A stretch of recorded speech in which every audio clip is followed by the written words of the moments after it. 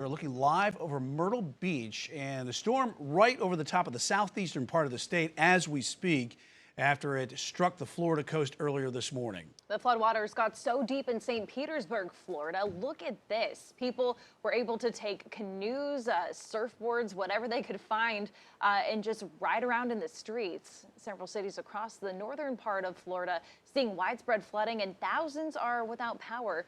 Chief Meteorologist Tara Lane is keeping an eye on the path of that storm. Yeah, Tara, it's Georgia, then South Carolina. Where after that? Yes, it's going to move right along the southern North Carolina coast and then head out to sea and actually get out toward Bermuda as a tropical storm. And I'll show you that forecast track here shortly. But for now, some of the latest stats here. We're going to get the new position update in just a little bit, but it's still a Category 1 hurricane, as we've been talking about, with that sustained wind speed up to 75 miles an hour. Once the wind speed drops to below 74 miles an hour, it will be back down to tropical storm status. So that will likely happen very soon, but it is racing to the northeast about 20 miles an hour. Latest position, that center of circulation is about 10 miles to the northwest of Waycross, Georgia. But obviously on the northern side of that system here, we've seen the waves of rain just lashing ashore with that risk of tornadoes along the coast and that spin still in the atmosphere, the twisting wind and some gusty conditions and some of that flooding where Elisa was standing around the Charleston area. This could maybe try and hold on to Category 1 hurricane status, maintain some of that strength as it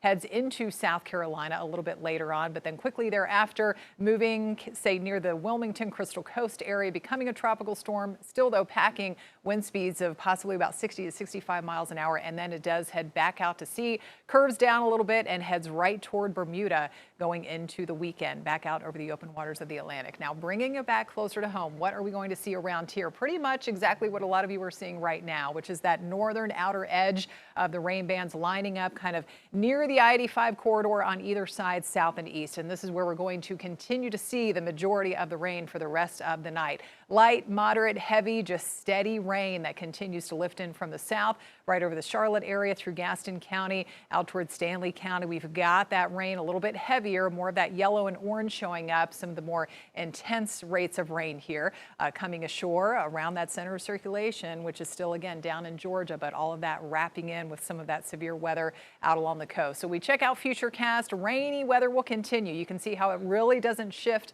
more north and west toward the mountains and foothills. So you all staying mostly dry for a lot of neighborhoods, except for a couple of stray isolated showers and maybe a thunderstorm with that front coming in. Actually, that's what's going to help push this system offshore.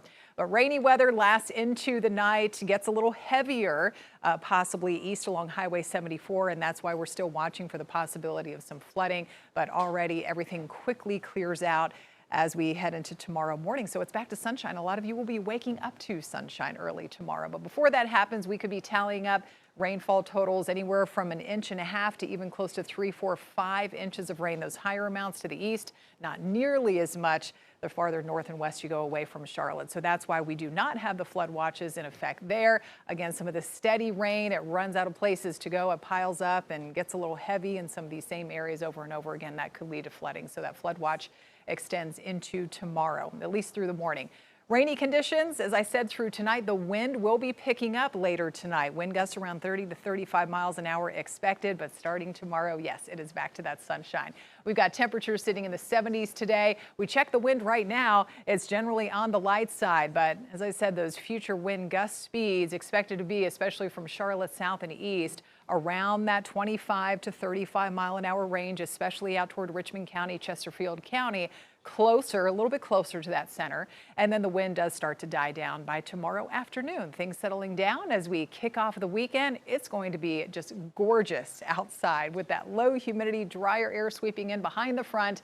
And in the wake of Idalia, temperatures not all that hot, obviously lower 80s with just wall-to-wall sunshine. So the MUGGY meter is definitely in the low zone, at least for the next few days. As we go into early next week with the heat returning, that humidity will start to increase again.